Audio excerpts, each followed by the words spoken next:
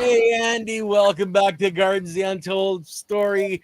It's great to be here with my wonderful host, Andy Lopez, the Invisible Gardener. We're talking tree TLC, tender loving care. And Andy, this is one of the things that you're an expert on because you've been doing this in these, uh, beautiful gardens up in Malibu for decades now. And this is one of the things you love to talk to trees. You're making me feel old already. Hey, You I'm just looking say, more gray than you. just say long time. Don't say decades. Decades. Oh man, decades. Oh god. The very first customer that I ever got, and the reason why I remember it because it stands out, And this was Yep. early on in the 1970s, the early 70s, really early 70s. Hi Yep. everybody. Hi Victor. Hi Y. Celia Lily Boulder. I hope maybe you're Boulder, Colorado.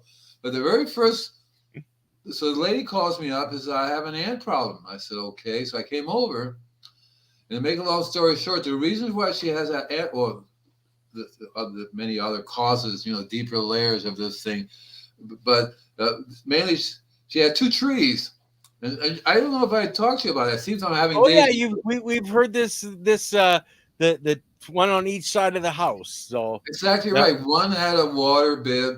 They both had hoses hooked up, but one was leaking, yeah, one wasn't leaking. The one that was leaking all the time is the one that had the ants climbing up and down it like crazy. The other one was fairly healthy, and the ants didn't bother it. right. And so I think I talked to you about ants on that one, but it has to do with the same. It's the very same. What's happening is that the ants are attacking the tree. What they do is they take aphids or whatever other creatures up there to attack the tree, and they juice the milk. They juice the tree, and then the ants juice the creatures that they use, Right. for nectar. But the reason why the ants are attacking the tree is the same reason why we were talking about how the soil controls the population of the ants. Yeah. Because what was happening is that the constant water, was destroying the biology around the tree. Hey, Caloria, cool. I like Alberta. I like saying Alberta. Oh, Yeah, thank and you that, for your service. Who's why? Is that a woman or I can't tell? What is that? Oh, look, that's a strange looking person. I don't know that that's a person. I should Yeah. wear my Okay. glasses. Oh my god, yeah, look like. Yeah. But it was the same cause, the same identical cause. It's the biology, and I love saying that it's the biology because when I've been talking about this, I never really said it's the biology. I know I told you guys that, right? I would say Yeah. the microbes, right? The microbes. Or I would say it's alive, like I do the columns. I just shipped it off just before I did some. The title of the column, it's alive, it's alive, it's alive, right? It, Right? But the yeah. biology is what we're talking about. It's alive. Yeah. And that's so cool. So the real problem goes back down to uh, it's not a problem. See, everything's interlinked, interlinked together, and how they all work. So Yeah. what I would like to get across in terms of helping people with dealing with tree diseases Hmm. is I think the next show is going to be tree pest control. They both have the same underlying core foundation that they have to work from because they all have the same problem. I tell people, you don't have a disease in your trees, you have a soil problem. Oh, you don't have a pest in your tree, you have a soil problem. Right? See? Hey, Okay. buddy. If you don't have a pest, you have a soil problem, or you do have a pest, you have a Yeah, soil problem. if your trees have a pest or if your trees have a disease, you don't have that. You don't really have a pest problem or a tree disease problem. You have a soil problem. Yeah, a lack of biology So problem. if you fix the soil problem, the tree disease and the pest disease will literally disappear. You don't have Yeah. to even do anything sometimes.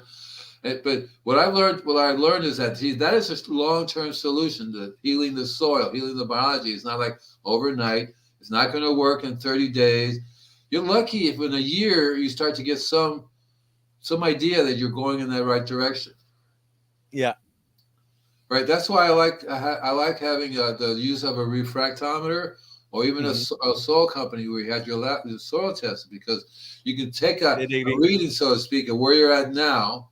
Ideally, like, for example, that company that we had a guest here for alluvial soil, which you're going to have down in the description. And there's the discount code, guys, for anybody that needs soil testing, and they do the biological testing. Right, and they're one of the few lab companies that actually do soil biology. You can send it to I used to send it to a variety of labs, and you guys do biology. Yeah, it's going to be $2,000. We're going to look up for that disease. And, oh no, we don't look up biology. We just look up to see if you have this disease and so on. Right, and you would start there. You do a lab test, and the lab test is so cool because if the company knows what they're doing, they'll tell you the pH, they tell you what minerals and stuff are in the soil, but they also tell you how the biology, and he does it in a really cool chart so you can see how active it is. You do it again the following year, you should see a little bit of a change. You should see more biology happening, which is exactly what we want.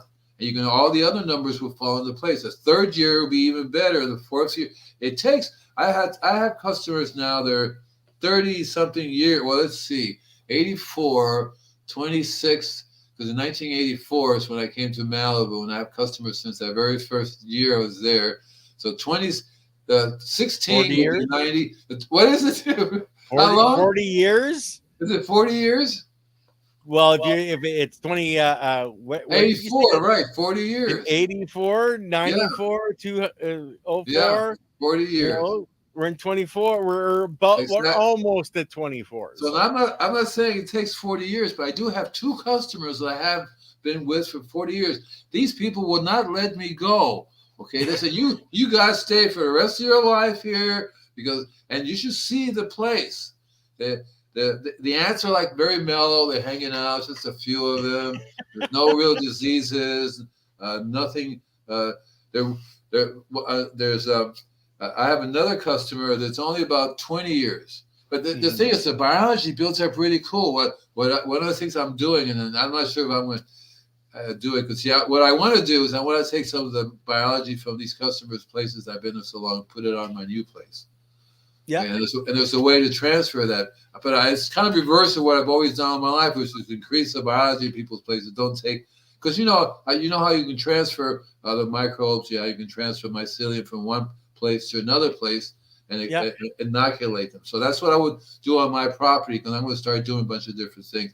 But the what I've learned is, and it's really interesting too, because see, when we're dealing with, that's why I started on diseases, because diseases are a little bit harder to deal with in terms of, you have to understand. Well, if you catch a disease, right? Just say I catch a disease in my body.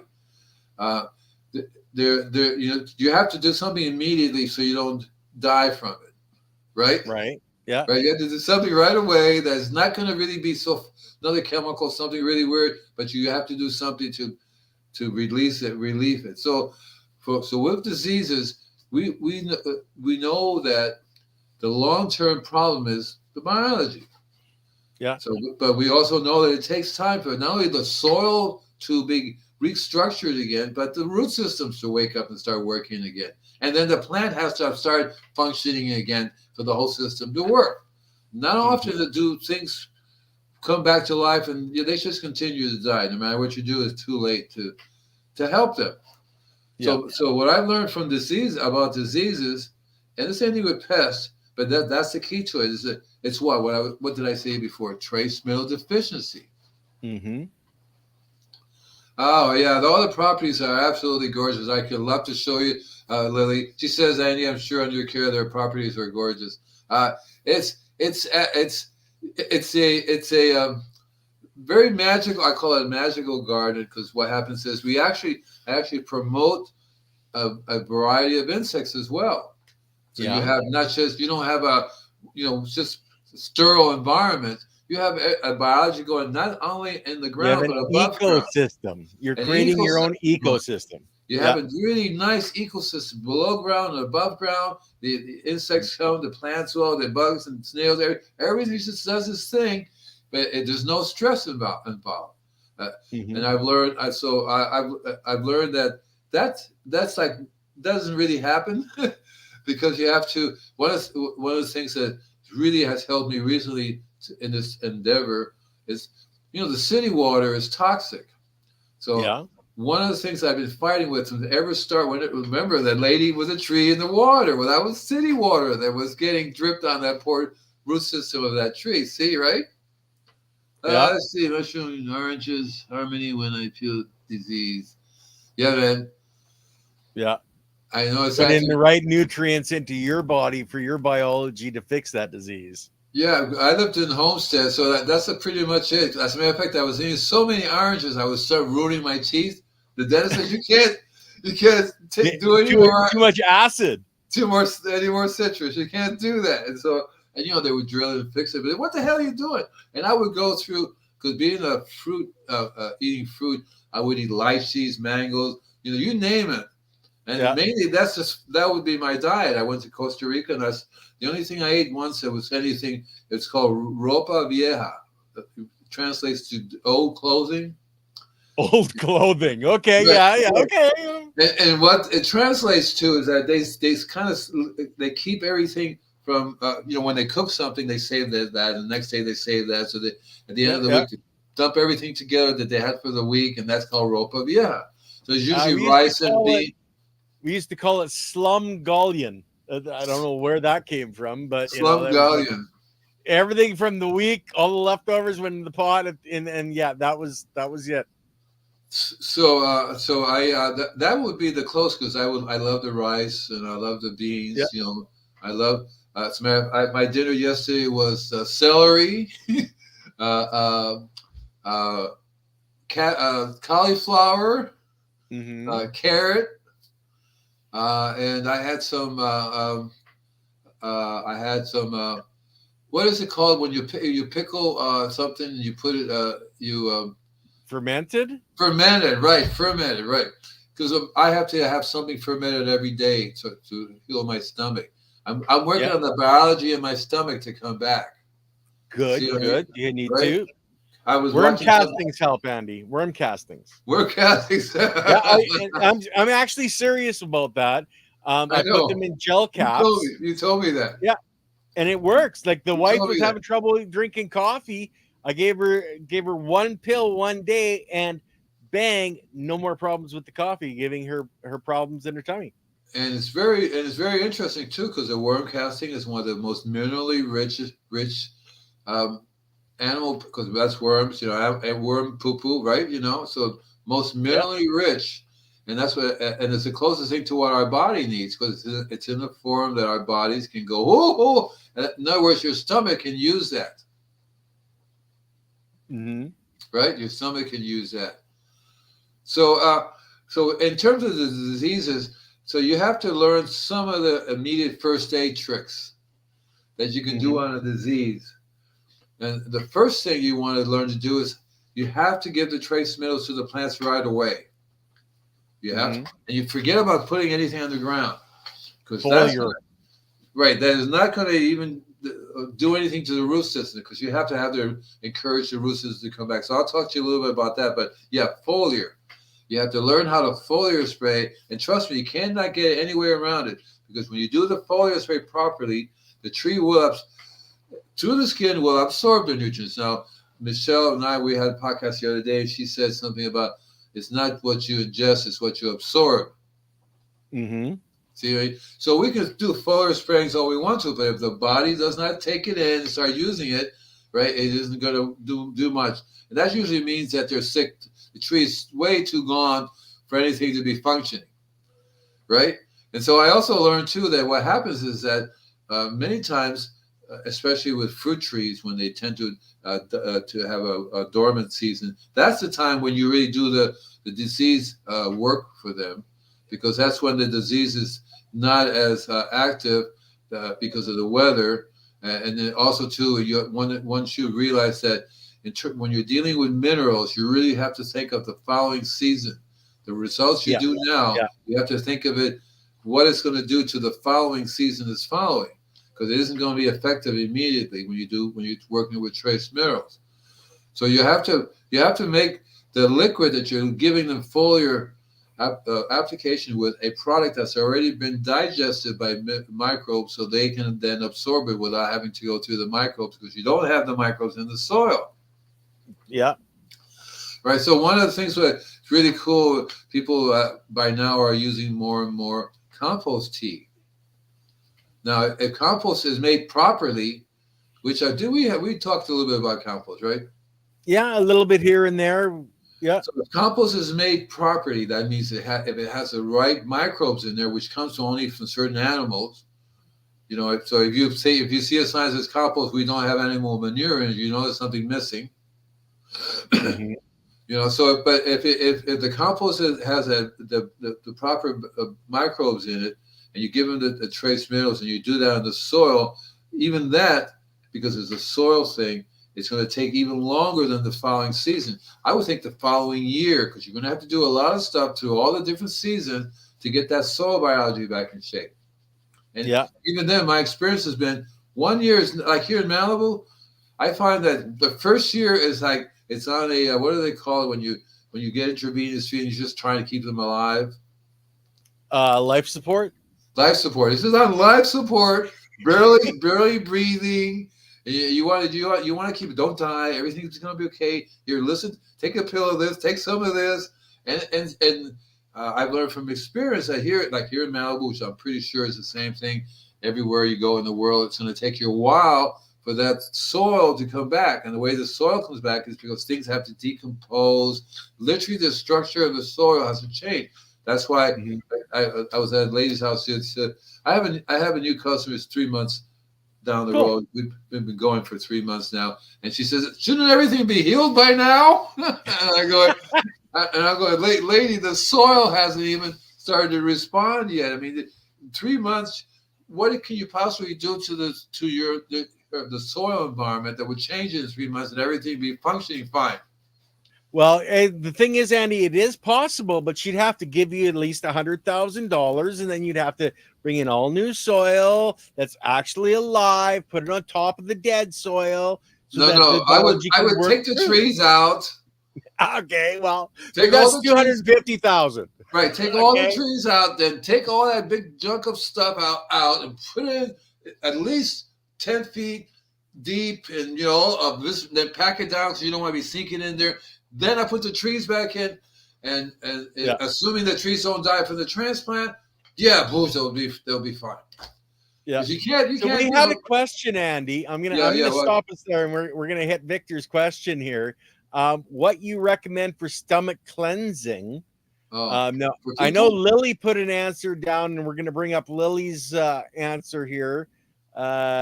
Victor, for stomach, I make ginger tea and add lemon.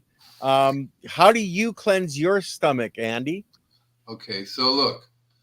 So in terms of biology, let's just think of we're talking about soil biology and the soil. It's a biology. So we also can talk about the biology in our stomach. Same biology. There's one exactly, and because it's the same biology. What is it that they have in common between the two? One thing sticks out. You're smart. Go ahead. Trace mineral necessary to have everything. No? Yeah, but I want to be specific. Okay. What? Carbon. Carbon. Yes. Right. You put carbon in the soil. You ever heard of biochar? Yeah, and actually, if you're having food poisoning and you take activated charcoal, just carbon. Well, that's what grabs all the bad stuff exactly through your body. Exactly right, and so that is what I would highly recommend for Victor. Yeah, activated charcoal, and I tell you, recently within the last year, I have found the best activated charcoal on the planet, and I've been trying to do it for 1,000 years. Because you go to the store, can I have some activated charcoal? What is this stuff? Right? What is this stuff? And it's actually ridiculous. And so I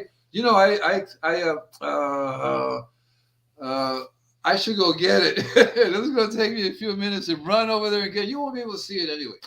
But so I get it from a guy. I guess I should say he's a speaker. His name is David Avocado Wolf. Okay. David Avocado Wolf. And that's who you're getting your biochar from. Yeah, no, the activated charcoal. Okay. Okay. Yeah. Right, the activated charcoal. He has a bunch of other things. He has a silver, a coated silver is absolutely amazing. Coated silver. Colloidal silver. Yeah. No, yes, coated. Coated.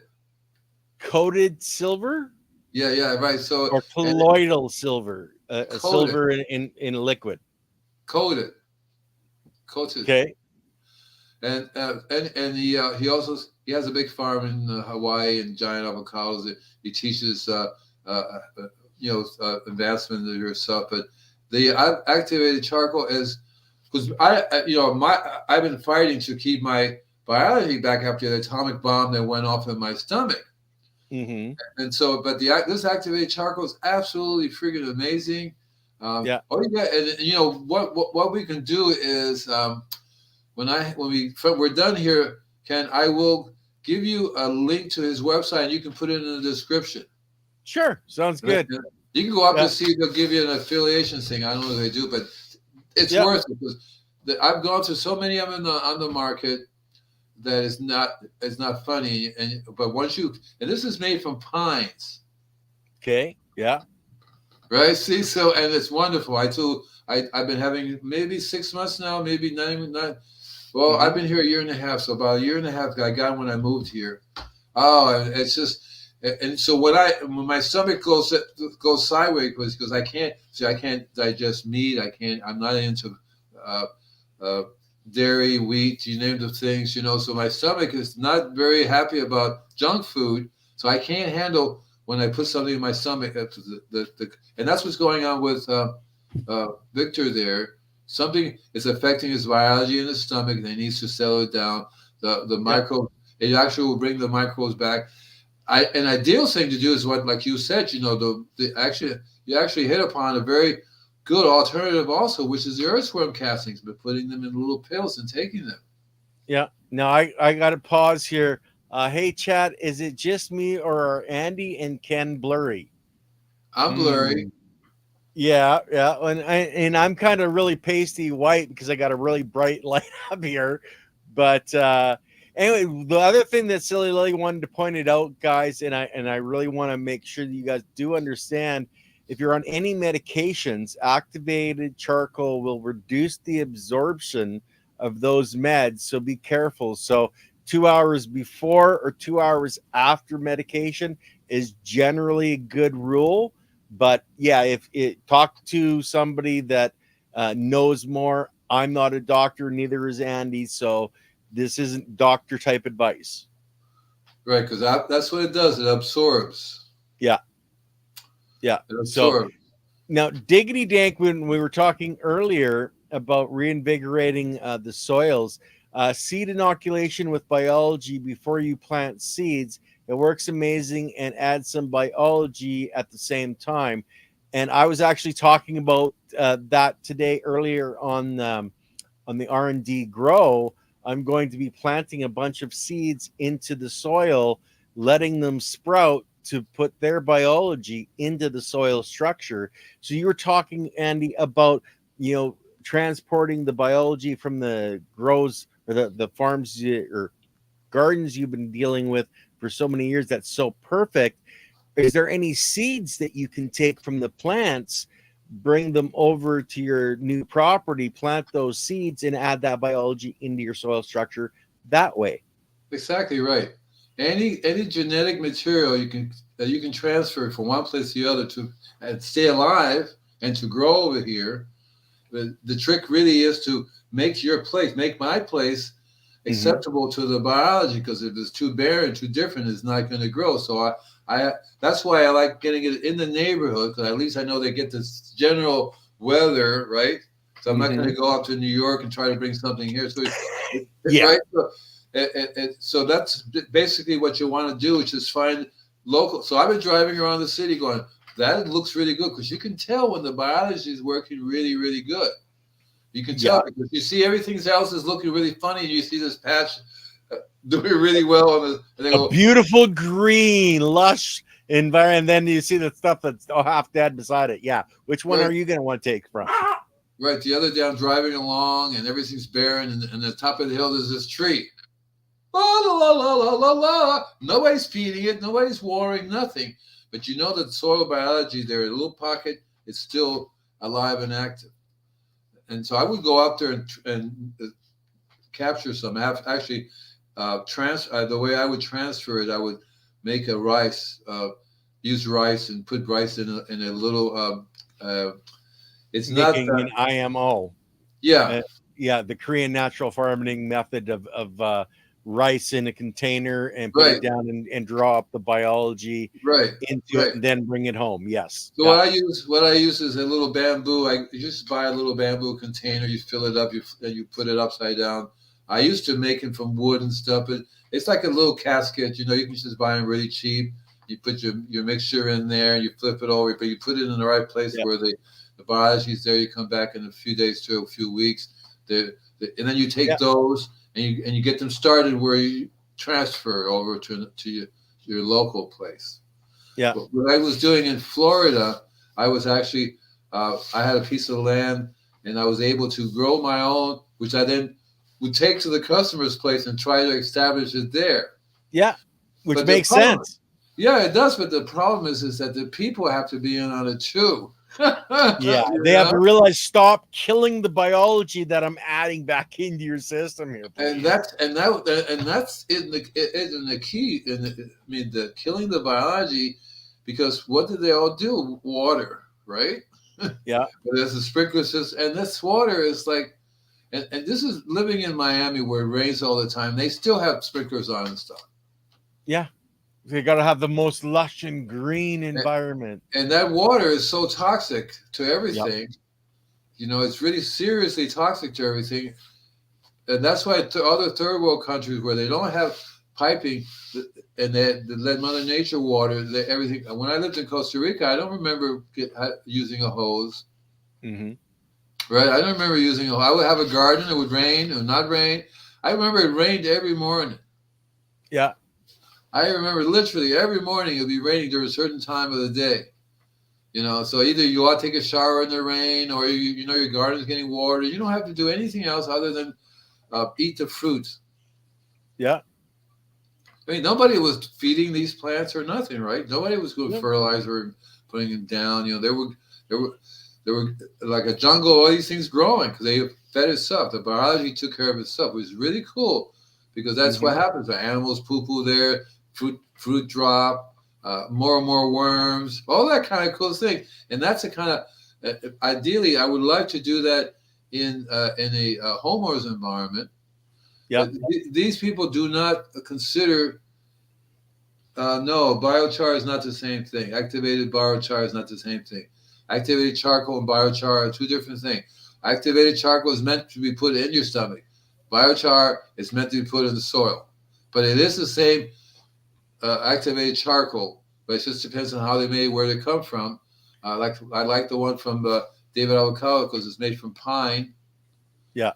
See, and you also have to consider, Andy, if he is actually asking specifically about biochar, the different woods that are being used create different biochar, the different length of time in the baking.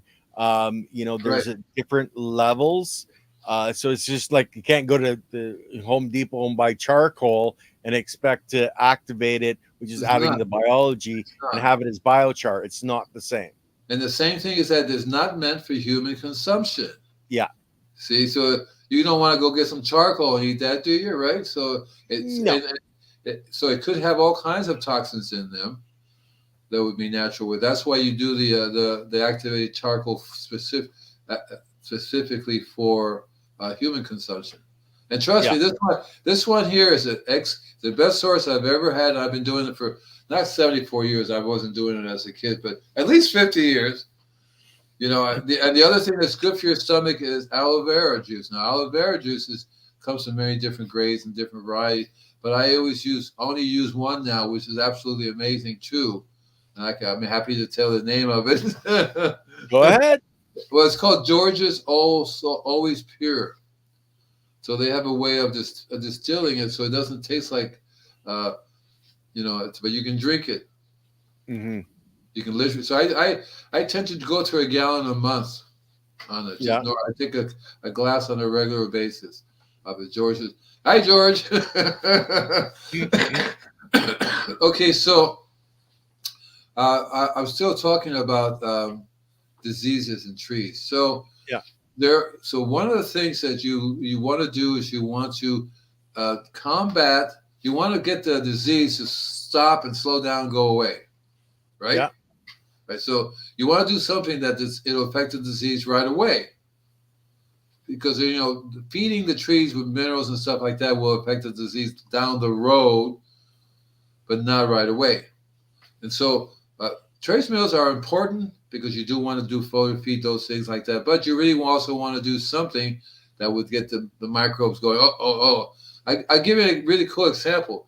Michelle has these palm trees. And the palm trees, the palm that arborist says they have a palm disease.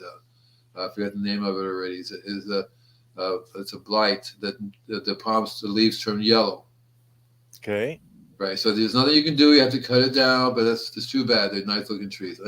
I never got the message, and so what I did is I immediately started spraying with the liquid, which basically is really concentrated microbes of all different varieties that are having a good time together.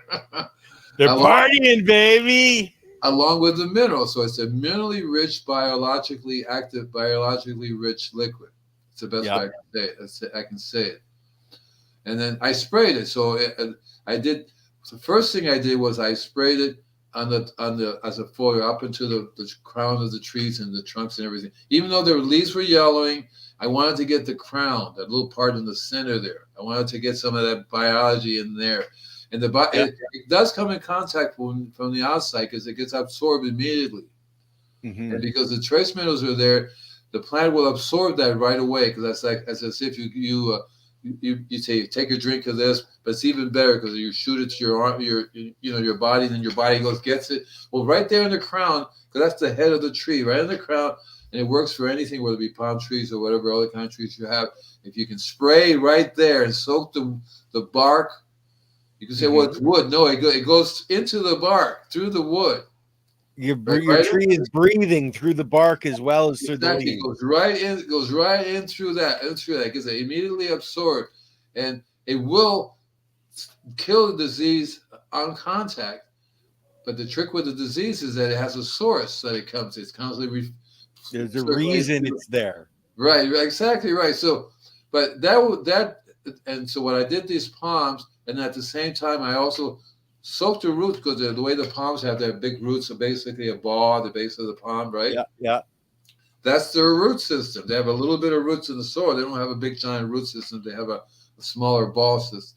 So I sprayed the root systems with that, so they soaked it right into the root system, right? And then I injected it into the soil because they do have, even palms, you have to take care of the soil that they're in there because that's the source of where the disease is coming into the palm. It's the soil. Mm-hmm. Okay, that means the soil has the disease, right? Yeah, but the soil-borne disease, yeah. Right. So we want to attack the soil, but it would have been really cool if you could spray the soil with the bacteria, and I killed it and it wouldn't come back. The problem is that spraying the soil with the bacteria doesn't mean that it fixes the structure that's wrong, that got broken. Mm-hmm. The system that was made supposed to be working. The system. Remember that we talked about the condos living at different levels. When that gets destroyed, where you don't have any levels, you can't just put up a little for rent sign. You have to build the thing again. So that basically means it takes a while to restructure for the soil to restructure itself. Mm-hmm.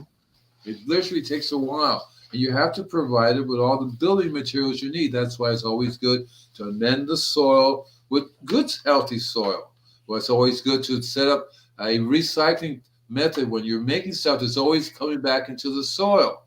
I tell people, never throw anything out. Yeah. Get a grinder, a shredder, shred the leaves, shred the branches, shred everything. Cardboard is, if it's recyclable, whatever you can, keep shredding it and make piles and start working it, keeping it back in the soil. Because you want Mother Nature normally is constantly making the soil, building it up, and we are not allowing. Remember, we talked about that. We Yeah, are to we need actually more stop the organic material. Exactly right. We want to get the flow going again back into into creating the way Mother Nature creates the soil. Yeah. So Victor, grass. Victor, That's true. They're not trees. Palms are grass. Yeah. Yeah, I was going to bring that up. The fact that palms are grass, not trees. So well, then this is supposed to be about tree diseases. Oh my goodness. You got caught, Andy. You got caught, brother. But it kind of acts. It's like a tree because it's big and tall. You know, it's a big thing. You know. But it's true. Maybe we can call it something else other than trees. That way it encompasses everything. Because I wanted to encompass. Period. Plants. Tall plants. Yeah. Okay. We'll go tall plants for anything above. Pretty darn sturdy grass, right? So anyway, what happened was with the palms, it was dying, but the new growth from the center, luscious and green. The rest of the leaves are the rest of the. Okay, so a palm has whatever you call those things. They're not branches. Palms. They're called palms. Palms? I guess. I don't know. I honestly don't know, so we'll just call them palms. They're fronds. You know, they're all okay. They're all going to have to come down and get cut up because they never. Once the disease destroys the leaf structure of the plant, it's not going to rebuild that. A lot of times you have to cut that off and allow new growth. And that's also the trick with the disease control and pest control. You want to create new growth so that the plant develops new cells, new structures for functioning, right? And the more it does that, the better it gets at it, and that takes care of that makes the plant able to withstand the disease. But you still have to stop the disease from coming. Yeah, into those new cells, you want to stop it from the new growth and trim back the old growth to get rid of more of that so the plant has more life to it. So what we want to do is we want to immediately start the process, because we know this is going to be a long process of rebuilding the soil. That's what we want to do immediately. So, and you know, there are many different ways to do that. Add compost to it, add a blend of other different amendment products. Yeah. You know, there are different ways to put crushed leaves, and lots of ways to do it. If you have a worm farm, you always will have a source of a really cool compost coming from your worm farm that you add back to it. Yeah. A shredder, you can make some really nice stuff. There's also another thing that you have to do in terms of, and this is something that I pretty much developed, whenever I say I developed, somebody's going to say, well, wait, my uncle was doing that for many years too, you know? So nothing's ever really created. Somebody just rediscovers them again.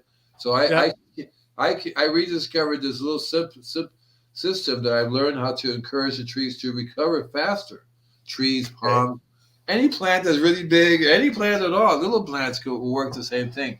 And I call them tree vents, which I probably should change the name because I have some under these palms, which that means it would be a palm vent, I guess. Okay, and what's a palm vent or a tree vent, Andy? So what it is a recolonization of the microbes. Okay. So remember I said they have to have a space that they can colonize in, right? Which basically means that it's not so far out of range that they can live there. You just can't dig a hole and put them in the ground and go, good luck, guys, right? Because it's not going to work. They're going to die. So as a kid, when I started doing this, I happened to run across a neighbor or somebody down the road. I think I need some water. They're called wine holders. Wine holders, okay. Yeah, they're round and they're like maybe that long, and they're usually made some kind of clay material, and they stack them up. You put your wine bottles in there. Okay. Store them. And so one of the things that I found out that was really cool about this place where I buy these wine holders. I mean, in Malibu they're called wine holders. In Santa Monica they're called clay drain pipes. Okay. And And so when I started doing this early, I would basically dig a hole and put them in there. Then I decided maybe I should have some structure that would kind of help them grow in there. So I would do the those white buckets, the 5-gallon buckets, right? Yeah. I would cut the bottom out, bury the whole bucket level because you have a top from it. So that would be like a little enclosure there, and I would use that just to put my microbes in there, have a place where they can survive, and then they will expand out. Yeah. But I didn't like the plastic. The microbes didn't like the plastic. No, they don't. No, they didn't like the plastic. So I tried. You can do it with wood. But what I did was I found these clay drain pipes. These pipes are paramagnetic. Okay. One of the properties of paramagnetic is it has carbon in it. And what do microbes like? They love to live where there's carbon that they can use. They'll take the whole clay drain pipe and totally destroy it after a certain length of time and make it available. All the minerals and everything will go out. By length of time, you probably be talking about quite a few years, because it takes a long time. But if you ever look in there, you'll see this fuzzy whiteness going. Mushroom starts popping up all over the place. The mycelium just keeps expanding and expanding. And you have a spot where it survives. So I call it like a little colony, a city of microbes, right? You know what I mean? And I know so how long of a pipe are you talking? And it's open on the bottom. Yeah. And you're putting it in, what, 2 feet deep, 3 feet like deep? you. You're pretty cool. That's a really good question. So in many places, you can't go down very deep because it's solid down there. That's what root systems are trying to survive in this stuff. Yeah. But ideally, because roots go down very, very deep. So if you can get a clay drain pipe, and they sell in different sizes, 6 feet, 3 feet. You can go down in Florida. There's no problem going down 6 feet, but you don't have to really, because in Florida you still have some soil, so you can go down 2 feet easy enough. But so 2 feet is a good length, it's good depth. It's about like that, So it's not that really super deep, but it's what it does is that it will get the microbes down. Of course, you could do it a little closer up to the surface, but you want them in a safe zone. Yeah, where there's nothing else that's there that can kill them. They get to populate and really grab hold.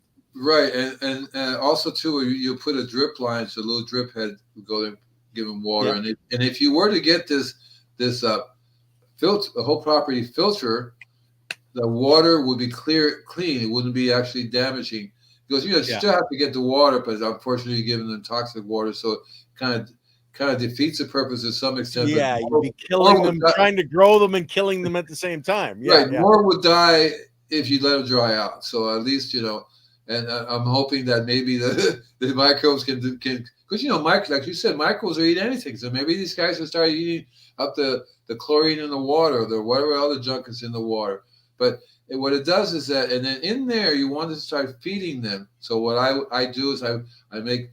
I have a worm farm, of course. That's the easiest thing to do. You have a worm farm, so you take some of that soil, put it in there. Hey, guys, where's the worms? Because you also want the worms to survive in there. Yeah. If the worms can survive, they will go out. They will go out, venture out. And if you place them anywhere near the tree, the root systems of the tree, and if you had magical eyesight where you can see what's going on at the root system, you'll see how the mycelium will start intertwining with the root system, and next thing you know, you'll see that the root systems will start putting on more feeders, more lines coming out from the root systems in response. Because normally, the way the roots of any living things work is that they're hairy. They have massive amounts of finer and finer roots. So all the mycelium, a certain type of mycelium, lives on the roots that breaks the minerals down, gives it to the plants. Passes it on like a baton and transfers it to the plants. And so, and when that's working, and the root systems are working down in there, it literally, if just one root system was working, right, and giving the minerals to the tree, that tree would take it and give it to the whole tree. Yeah. There's a name for that when the tree gets it from the roots and it gets evenly through the whole thing. There's a way you can tell if it is doing that, and that's why you use the refractometer, because you measure one branch and you measure another branch, which should be identical. If one branch has a different Brix level, then something's not happening right. The tree is not getting the information out The flow isn't there for the nutrients moving into that area. Right. So but if you were to get, so what I do is I put three of them, I call them tree vents, but microbial cities. I have to come up with a better name, make it easier for it. But basically, you get three of them. One at was four of them. One at 1 o'clock, 3 o'clock, 6 o'clock, and 9 o'clock. And you basically have to place them halfway between the drip line, halfway between the drip line, halfway in the drip line, right? Halfway. So then it's not dripping right on it. It's the moisture's got to move towards it. So right. So if you put them you can plant them really close to the trunk, but what you really want are these type of roots that are further out. Those are the ones you want to start bringing back to life right away, because those will eventually spread out all around the tree. Yeah, those are your feeder roots that are right. out there. Yeah. Right. And you can tell different trees have different, the way they look on top, because the whole saying, as above, so below. So different trees have, the way you can tell where to place them, you just look up and you'll see, wow, I'm right in amongst the roots. And sometimes you have a tree that goes that way, well, that's where the roots go. See, right? And so you want to look down and say, well, down there, this is where these roots should be working. So we're going to place one right there, and we're going to actually be feeding it, because we're going to be providing a source of trace mineral. And you have to learn. The rock test is easiest, but you got to be careful, because the rock test usually has a very alkaline. You have too much on a regular basis, so you want to learn how to use a small amount, or either have it pre-processed, because the ideal scenario is you make compost,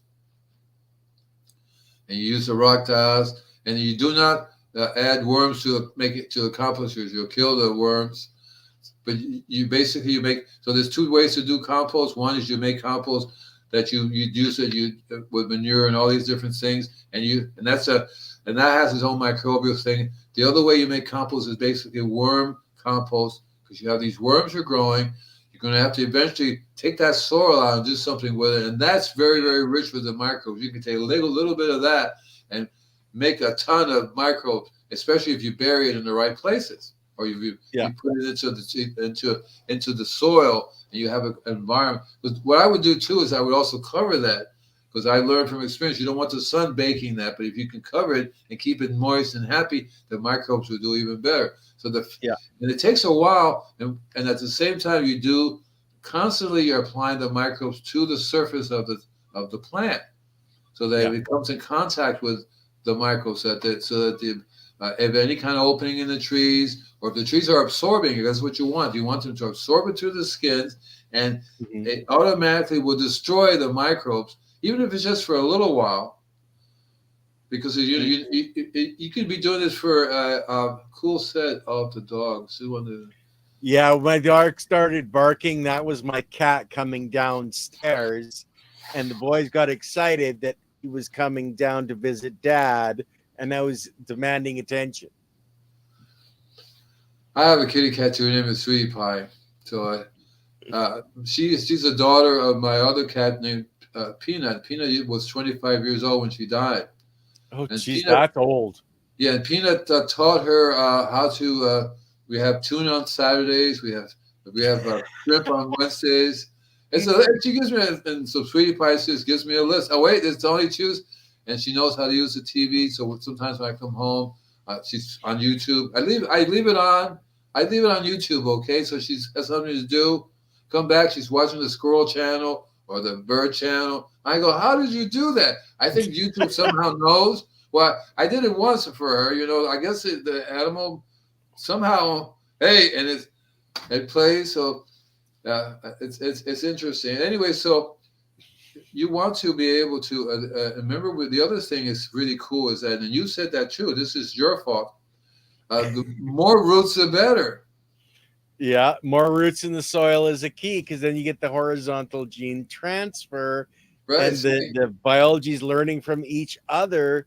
But without those roots, there's not enough biology to move around and learn from each other. And that's a key too, because the different biologies key into different minerals. So the more of a blend of biologies you have, the more of a blend of minerals you're going to get. And the more minerals blended, you're going to have a better. a better chance at getting all your minerals in there, because you don't want coming from one source of biology. You want them to be blended together. And it's very true that you want to have different roots have different biologies. I also, with birds, I also with all the creatures, the ecosystem is the key to it. And just think, different roots or root hairs have a different pH than the one right next to it. Yeah. And the biology sets that up because that's the biology that's necessary to mine that particular nutrient that's in that area to get it into the biology that builds the cell in the tree. That's exactly right. So the more, so this is a different way of dealing with diseases, because people, you go to the store, here, take this, spray that, fine, and come back and just keep spraying it. Eventually, there are temporary results. It does, it does the same thing as if you're spraying them with the biology, because it temporarily knocks it out, but it doesn't solve the. It doesn't get the root cause of the problem. And it's so cool that you can use a biology to do that temporarily rather than a chemical to use that. Yeah. Instead of using copper sulfate, for example, or you don't have to do that. You can actually spray the So the trick is to find good biology stuff to spray. That's what I've learned over the years. One of the best ones is milk. Yeah, well, that's the lactic acid bacteria. Exactly right, and this is one of the amazing. And you can actually literally, I go get organic milk and I can spray it that way, or I can make a mixture. Basically, what I do, I add the milk and I let it ferment. Yeah, well, I know I just made a labs on the R&D grow and went through all the steps. The making the rice water, taking the rice water, adding the milk. Just the last 3 shows of actually taking each step to show how to make lactic acid biology. Exactly right. Exactly right. When I was, I've been doing this a long time. And I still, even now, I can go out into the garage. I can get you a 5-pound barrel of rice. Yeah. Right. Because I take the organic rice, of course. You do not want to use a chemically grown rice. There's too much mercury in it, too much toxins in that, and arsenic and etc. Right. It damages the biology a lot, considerably. But if you were to use organic rice, which has very little of any of those things, and then your biology would be even better. And that stuff's really truly amazing, because it does work very, very well on plants, and it works really well. So if you have any disease, so that you can make that right there. You also learn you can make so many other different varieties that you can make at home. Yeah, really, really cool in terms of using the biology for that. So you can go really nuts making different biology, different things, and you go, I can't do it anymore. But the fact is, you can do that. And one of the things I'm going to be doing where I live at, I'm going to be making a lot more things myself that I can spray, and figure out a way that how I can take them out to my customers. Yeah, different ferments.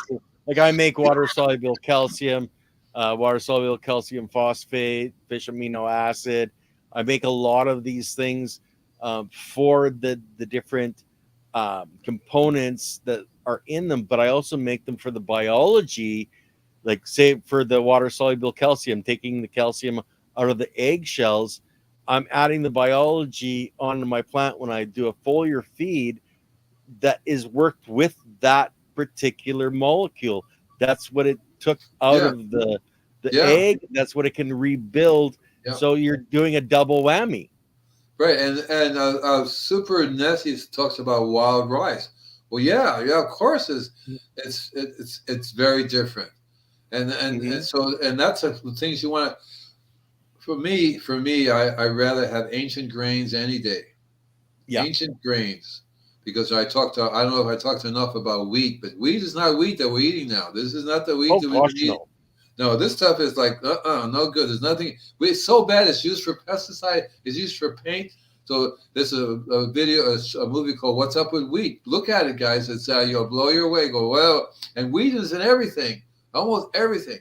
And so you don't want to eat that stuff at all. And you don't want it in your biology. But if you have wild rice, ancient rice, or lots of other types, not just rice, but you're going to find that beans and peas and all kinds of other things have their own little biology thing going on there. And once you learn to use that, and it's kind of fun to see what happens, because you can make a really cool mixture that will work on almost anything. But the thing about the biology is you have to use it. You can't put it in a container and say, okay, I'm going to use it a little bit a day or something. You keep it for a week or two or a month. It's like, that's not going to work. When people buy my worm juice, I tell them you have to use it between 24 to 48 hours max. I tell them put it into a sprayer, a sprayer that you pump, and then go out there and spray directly on the plants or in your garden. Spray it on snails. You'd be surprised what doing a right biology mixture on snails will do. It's the same thing with any insect. Ants. So the shell has an ant problem like everybody else. Oh, I had one. I went around the house and sprayed the biology. The same thing I was spraying on my other customers' houses.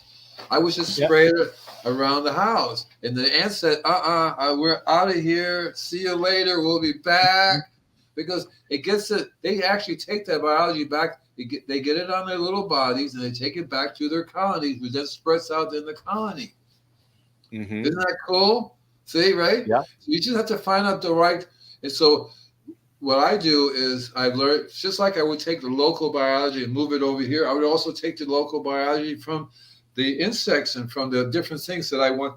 And so there's one property I went to, the lady does not have an ant problem or any of that stuff. So there's biology to control the ants.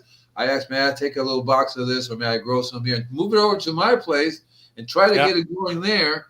And once that gets going, that's the same biology that the ants do not like. Yeah. Well, that's why you want to always get a blend of biologies, because you don't know. They work together as a whole. That's what's cool about organics. But the whole system is meant. This does this because these little guys are doing this, rather than because I really bothers me when somebody said, "Well, you need to do 50 pounds of calcium." Oh yeah, that'll solve you right up there, boy. Right? Oh yeah, that'll fix your problem, boy. What? So it has to be wild rice and turkey. You might have to cook some. Thanks a lot, man. Actually, Super NASA. Yeah, now you're making us all hungry. Okay, like come on. It's and with me, one of the interesting things that's happening is I have this seed bank, man, and I seriously have seeds from around the world, and I have seeds from Peru that have never made it to the United States, corn that has never made it to the United States. And so I keep thinking, and these are the biology of Peru growing in that harsh environment. Yeah. So I would love to get that started over here, because it's just like Peru over here. There is seriously in California, it's just same environment, same fog kind of thing. I bet you they would grow really, really super well. And I can get the biology established. And I'm trying to come up with a way to transplant biology into people's properties. But the bottom line is no. It's like telling people, I'm going to trust that you're going to eat right. Yeah, exactly. And I'm going to trust that you're not going to drink alcohol or coffee anymore or any of this stuff. Right. So that's the same as the watering. It doesn't work. And so it's a problem, because you have to get the people, has to be a way of life, just like with their body, how they eat organic. They think that maybe they meditate, like Buddhist monks would probably work really well, because Buddhist monks accept life and everything, right? So they have no problem with, and since they don't use chemicals, I used to see their places are usually doing really very well, because they all try to be, and they may not think in terms of we're feeding the biology, just we're keeping our soil happy, right? We're keeping the soil alive, right? But that's the way it is in other third world countries where you don't have pesticides or stuff to use or fertilizer. These things are like whoosh. That's why I love going into a tropical forest. The biology is there. And have you ever been, when's the last time you went to a rainforest? I'm not honestly, like I drive to BC every once in a while, and down to the coast, and I'm in the area of tropical rainforest, but to actually walk through one, it would be a significant amount of time, my friend. Yeah, so what I was going to say there is that the biology is in the air. It's in the leaves of the Yes. tree. You can literally take a sample of the air and look in the microscope, and there you go. So on the leaves Mhm. of the trees, there you go. It's over here. You're not going to find any biology in the air. You're not going to find any biology on the leaves. That's impossible because the air is so toxic and it doesn't allow it to survive here. So that's great. But what Diggy was saying about wanting to grow some wheat from granary that's 65 years old, go for it, man. You know, if you can do that, you'll have a really cool biology going, save the seeds and expand that process, have grow more of Yeah. it. Right? We're Grow gonna more have of to it. do a show, Andy, on seed saving and drying and capturing and that. I think you know much about that. Yeah, I've been doing it for 55 years, man. I have seeds that I can if I was to live 100, the seeds will survive to 100. I can Mm-hmm. grow them. I can keep on growing them. So I got tons and tons of seeds. That's what I'm worried about because I don't want to die with all these seeds. I don't know.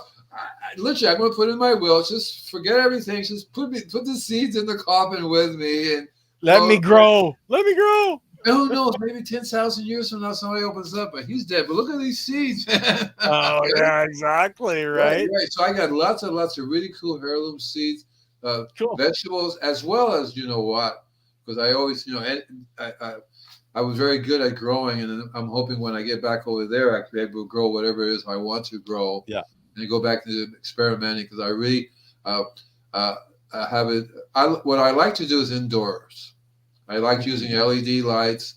I was consulting for people as to the latest generation of LED. I wonder what generation we're up to now because I haven't checked it in a few years. But I think every 6 months there'll be a new generation of LED lights that will come out. You know, when I Mhm. first was there, I was using the big ones, the ballast ones and all that stuff, 1,000 watts. Yeah. Now you can get 100 watts that does the same thing as 1,000 watts does, Yeah. and then you can control it with your computer. So you can regulate it. So the one I would buy is a small little one. It's like that size. Yeah. And when Yeah. you hung it on the wall, it will come down and do the whole plan. And you can actually do a series of it. And it will be like 10 watts. But it's Yeah. LED lights. Well, it's all that comes down to your DLI, your daily light integral, how much par or umals that you're putting out, because your plant can only take in so many photons of energy into the cell structure before it's full. So there's lots of times you're wasting money by overdriving your plants. But anyway, Andy, we're at the hour, my friend. No, So we're not. I Don't know say this that. hour just flew by, like 60 Okay, minutes. fine, Gone. fine. See you guys next week. Put up my invisiblegardener.com thing. Quick, quick, quick before it gets late. Oh, yeah, yeah, yeah. Okay. There we we, go. InvisibleGardener.com. Yoo-hoo. we should have like a day long session, guys. See you guys later. Bye. Yeah, day long. I'd die on a day long session. Okay. Okay, All right, bye now. guys. The sun and the moon. I'm not sure if we're going to be doing it tomorrow night. Luna is extremely sick. I won't know until tomorrow. So if you don't see anything on IG, we've had to cancel the show again. I'll be talking to Alex hopefully tomorrow. See if she's going to come on. If she's got a guest. Other than that, we've got to wait for poor Luna. Send her some healing energy, everybody. We want to get her back because there's some great information there. This coming Monday on the OG's Power Hour, we have a guest coming on, Matt. He specializes in scrogging. So you're going to want to check out scrogging, Matt's Green Space on IG. And then in the afternoon with Leighton, we have Stefan Burns, who is really into energy, the human resonance, putting energy into water. A lot of stuff that Andy has talked about before. This guy's has a scientific background, and he's going to be coming on and talking a bunch on things like the human resonance frequency, how it works, etc. And then, of course, we'll be back with Andy again on Wednesday. And follow me on IG, Ken Somerville on IG, and when I'm doing the next R&D. That way you can check it out there, and make sure you like, subscribe, and share, guys. Anyway, guys, just go quickly through. Thanks, guys. Have a great night, everyone. It was a great night. Fantastic, guys. Buenos noches. Buenos And with noches. that, peace out, and I'm ending the stream.